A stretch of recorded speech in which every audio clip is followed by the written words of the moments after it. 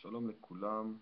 אנו עומדים בפתחו של פרק רביעי במחשבת ישראל בחוברת אמונה וגאולה. נושא הפרק הזה הוא אמונה בשעת משבר. ישנם משברים שונים שמפגשים איתם בעולם. לפעמים עוברים על האדם משברים אישיים, יכול להיות בעיות של פרנסה, יכול להיות מוות, מחלות ואוצרות וטרדות שונות.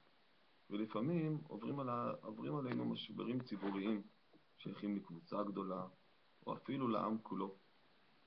בפרק זה אני מנסה להבין את הקשר שיש בין האמונה של האדם לבין היכולת שלו להתמודד עם המשבר שהוא חווה.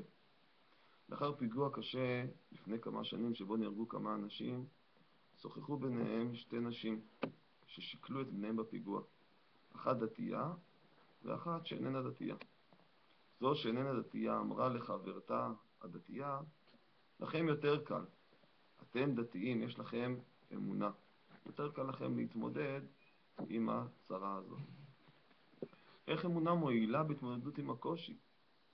איך אמונה מועילה בחוסן הנפשי?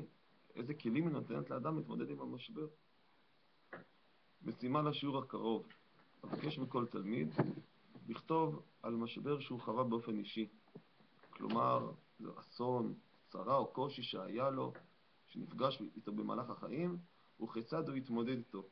באילו כלים הוא הצליח